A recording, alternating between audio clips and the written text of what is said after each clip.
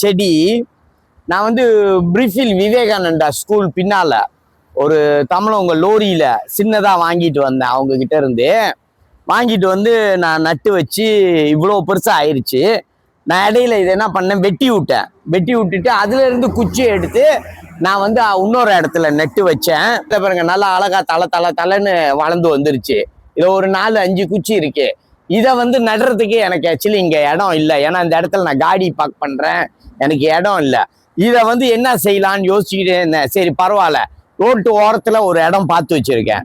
அந்த இடத்துல வந்து நம்ம கடையை விட்டு கொஞ்சம் தூரம் தான், அங்க கொண்டு போய் நட்டு வைக்கலான்னு பாக்குறேன். நட்டு வச்சு கொஞ்ச நாளைக்கு தண்ணி ஊத்தணும்னா பாத்தீங்களா அந்த மரம் மாதிரி நல்லா பெருசா பூ இருக்கும்ல, இதை வந்து அந்த இடத்துல நடலான்னு நினைக்கிறேன். இங்க இருந்த செடியெல்லாம் எடுத்து அழகா இந்த வாளியில வச்சாச்சு. இதுல வந்து 6 செடி இருக்கு. இந்த பூ மரம் பெருசா ஆகுச்சுன்னா எப்பயுமே வந்து நம்ம இந்த மாதிரி கழிச்சு விட்டு தான் ஆகணும். கழிச்சு விட்டாதான் அது வந்து இன்னும் நல்லா அடர்த்தியா அழகா பெருசா ஆகும்.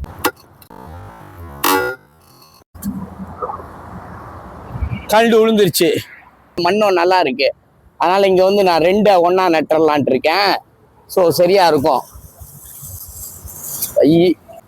இந்த மொத்தம் 6 செடி நடுறோம். இது வந்து ஒரு நாளைக்கு யாராவது பூஜை அறையில இந்த பூ வந்து கண்டிப்பா போய் சேரும்னு நம்புவோம்.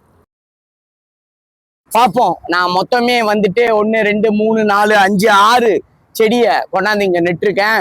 ஒரு 6-7 மாசம் கழிச்சு இந்த செடியெல்லாம் நல்லா தலைன்னு பெருசாகி யாருக்காவது உதவுற மாதிரி இருக்கும்னு நம்புவோம். அப்படி யாரும் பூ பறிக்கலைனாலும் இங்க உள்ள வண்டுகள், எறும்புகள், பூச்சிகள், அதுக்கு ஒரு குடி இருக்கிற ஒரு இடமா இது போய் சேரும். இல்லைனாலும் இந்த ரோட்ல போறவங்க இந்த செடியை பார்க்கும்போது, இந்த டிராஃபிக் லைட்ல நின்று இந்த செடியை பார்க்கும்போது நிறைய பூவோட இருக்கும்போது இந்த இடம் அழகா இருக்கும். நம்புவோம், சிந்திப்போம், செயல்படுவோம்.